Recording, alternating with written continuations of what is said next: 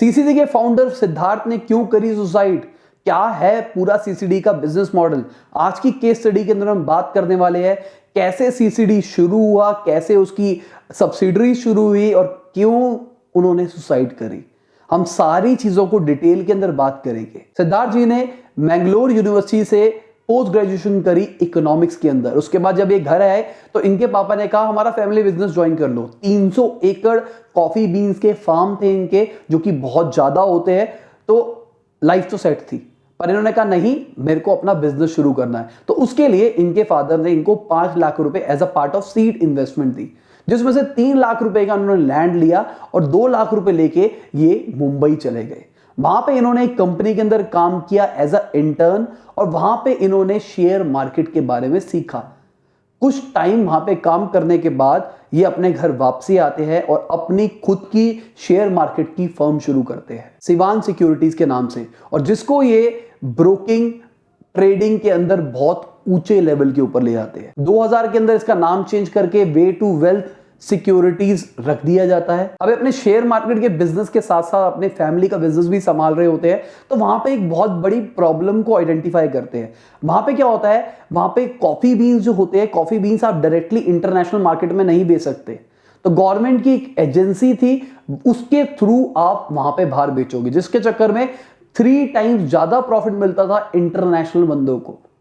तो ultimately Indian जो producers थे कॉफी बीन्स के, वो लॉस में रहते थे। तो ये उस टाइम के फाइनेंस मिनिस्टर जो कि मनमोहन सिंह थे, उनके पास गए अपने दोस्तों के साथ में और उन्होंने बात करी कि ये वाला इशू आ रहा है। उन्होंने उसको रिजॉल्व कर दिया और अल्टीमेटली कॉफी बीन्स के ऊपर लिबरलाइजेशन शुरू हो गया। मतलब आप अपने बलबूते पे बाहर कॉफी सप्लाई कर सकते हो। अब इन्होंने अपनी खुद की कंपनी शुरू करी, एबीसी, एमलगमेटेड बीन कंपनी। उन्होंने वो शुरू करी, यहां पे उन्होंने एक्सपोर्ट करना शुरू किया कॉफी बीन्स का। अब उन्होंने अपनी मार्केट सेट हो चुकी थी, साथ के साथ में उन्होंने रोस्ट भी करना शुरू, सब कुछ जितना भी कॉफी के जितने प्रोसीजर होते हैं वो सब कुछ खुद कर रहे थे। इन्होंने बेंगलोर के अंदर और चेन्नई के अंदर अपने खुद के आउटलेट्स भी खोल दिए। देखते ही देखते 2 साल के अंदर ये सबसे बड़ी कंपनी बन चुकी थी इंडिया के अंदर, जो कॉफी को एक्सपोर्ट कर रही थी बाहर। एक बार की बात है, ये चीवो ब्रांड के ओनर से मिले, जो कि जर्मनी का बहुत बड़ा कॉफी चेन का सिस्टम हुआ करता था। तो ये वहां पे मिले और उनकी स्टोरी सुन के बहुत ज्यादा इंस्पायर हुए। ये मिले थे अपने कॉफी बीन्स बेचने के लिए, पर उनका आइडिया देख के बहुत इंस्पायर हुए। अब ये इंडिया में आके कहते हैं कि मैं भी अपना काम करूंगा, पर 25-30 रुपए की कॉफी उस जमाने में इंडिया में कौन लेगा। तो उन्होंने उस आइडिया को उस टाइम रोक दिया था। अब इनका सिंगापुर आना जाना लगा रहता था, तो सिंगापुर में इन्होंने देखा कि भाई कुछ दुकानें हैं जिन पे बहुत ज्यादा भीड़ है। अब उन्होंने वहां पे जाके एनालाइज किया तो पता लगा वहां पे फ्री इंटरनेट मिल रहा है। अब वो सारी चीजें इनके बैक ऑफ द माइंड में चल रही थी। अब जब ये अपना बिजनेस कर रहे थे कॉफी बीन्स का, तो उन्होंने रियलाइज किया कि यार उतना प्रॉफिट मार्जिन नहीं है। तो इन्होंने सोचा कि मैं अपना एक और वर्टिकल शुरू करता हूं, जहां पे मैं कॉफी बेचूंगा और साथ में इंटरनेट भी प्रोवाइड करूंगा। अब यहां पे उन्होंने उन दोनों आइडियाज को मिला के अपना कॉफी का बिजनेस शुरू किया। 1.5 करोड़ रुपए के आसपास का इनका खर्चा आया। 25 रुपए की कॉफी बेचते थे, साथ में 1 घंटा फ्री इंटरनेट देते थे। अभी इनके पास 1750 के आसपास स्टोर्स है, 30,000 के आसपास इंप्लॉइज है और 60,000 के आसपास कॉफी वेंडिंग मशीन है। ये सब कुछ खुद बनाते हैं। इनके बाकी जितने भी वर्टिकल्स है वो सब कुछ खुद ही सप्लाई करते हैं, अपना ही सारा सप्लाई अपने ही स्टोर के अंदर करेंगे अभी करंट टाइम के अंदर। अगर अब मैं सेकंड नंबर की बात करके चलूं, जो सीसीडी के बाद में आता है, वो है बरिस्ता। मात्र 220 आउटलेट है उनके। स्टारबक्स की बात करके चलूं, 140 के आसपास उनके खुद के आउटलेट है इंडिया के अंदर बस।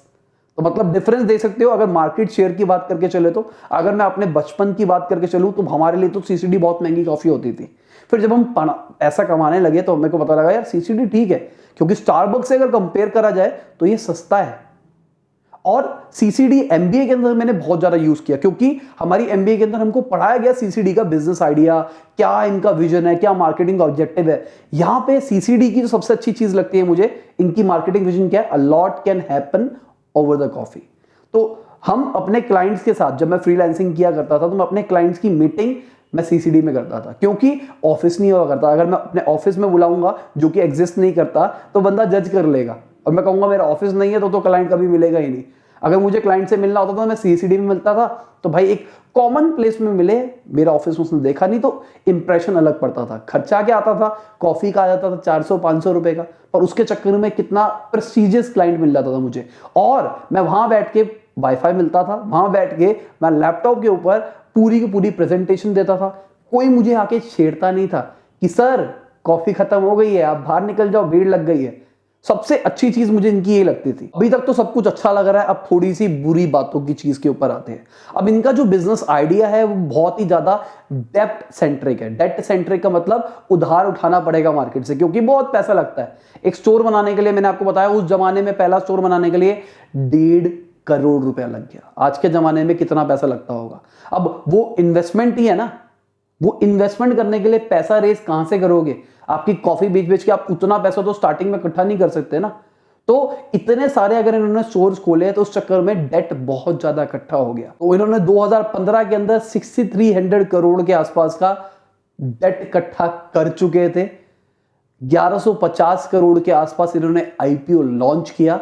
आईपीओ का मतलब इनिशियल पब्लिक ऑफर, मतलब अगर मुझे मार्केट से पैसा चाहिए तो मैं कैसे लूंगा, मैं लोन ले सकता हूं बैंक से, अपने दोस्त वोस्त से, या फिर मैं अपनी कंपनी की पार्टनरशिप दे सकता हूं इक्विटी की फॉर्म में। मतलब 20% मेरे शेयर ले लो और इतना पैसा दे दो तो मेरे पार्टनर बन जाओ कंपनी के। या फिर मैं पब्लिक लिमिटेड कर सकता हूं, मैं कहता हूं कि मेरी कंपनी की 10% जो शेयर है वो एक बंदा नहीं ले सकता, तो मैंने उस 10% को बांट बांट के बहुत छोटे छोटे टुकड़ों के अंदर बांट दिया ताकि आप भी मेरी कंपनी के पार्टनर बन जाओ। तो शेयर मार्केट में जो लिस्ट होता है वो आईपीओ की वजह से होता है। तो उन्होंने अपने आप को शेयर मार्केट पर लिस्ट किया। शेयर मार्केट से पैसे आए, उन्होंने ऐसा सोचा था, मुझे जो लगता है कि मैं उस पैसों को डेट को कम करने के लिए यूज करूंगा। 2018 के अंदर भी 4400 करोड़ के आसपास का डेट था इनके पास। 2019 के अंदर आते आते वो 6600 करोड़ के आसपास का हो गया। तो मतलब डेट तो हमेशा चल ही रहा था इनके बिजनेस मॉडल के अंदर। अब प्रॉब्लम क्या रही सारी की सारी मेरी नजरों के अंदर, कि ये डेट को फुलफिल करने के लिए शॉर्ट टर्म लोन्स ले रहे थे। अब शॉर्ट टर्म लोन का मतलब डिबेंचर्स वगैरह वगैरह। मैं ऊपर आई बटन के अंदर अपनी शेयर मार्केट की सीरीज डाल दूंगा, वहां पे आपको ये सारी टर्म समझ में आ जाएगी, ये चीजें होती क्या है, डिबेंचर्स विगेंचर्स वगैरह। तो वो डिबेंचर्स निकालते थे, आपको देते थे, कहता है ये लो डिबेंचर्स लो, मैं आपको इतने % रिटर्न बाद में दूंगा। वो पैसा लेके जो लॉन्ग टर्म लोन लिए होते थे उसको चुकाते थे।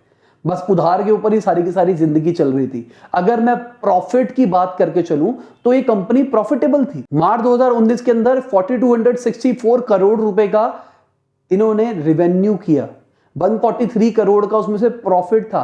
तो कंपनी प्रॉफिटेबल थी। तो ये जो 143 करोड़ रुपए थे, ये 143 करोड़ रुपीस वो 6500-6600 करोड़ का डेप्ट नहीं खत्म कर सकते। अब सारे के सारा इशू कब शुरू हुआ, जब इनकम टैक्स की रेड पड़ती है। सिंगापुर के अंदर एक बंदा पकड़ा जाता है 1.2 करोड़ के कैश के साथ में, और वो बताता है कि ये पैसा सिद्धार्थ जी का है। उसके बाद इनकम टैक्स वाले 20 रेडे मारते हैं इनके अलग अलग ऑफिस के अंदर, और पता लगता है 362 की अनअकाउंटेड इनकम है इनके पास, मतलब काला धन है उतना सारा जिसके ऊपर उन्होंने टैक्स नहीं दिया है। इस चक्कर में इनकम टैक्स इनके शेयर्स को सीज कर देता है, मतलब वो कहता है कि आप ये नहीं कर सकते, आप कोई भी ट्रांजिशन नहीं कर सकते। अब इनको पैसे की जरूरत थी, क्योंकि बहुत ज्यादा, हमने पहले ही बात कर ली कि इनका पूरा पूरा बिजनेस मॉडल बहुत ही ज्यादा डेट सेंट्रिक है, क्योंकि बहुत ही ज्यादा कैपिटल लगेगी ही लगेगी इस पूरे पूरे बिजनेस के अंदर।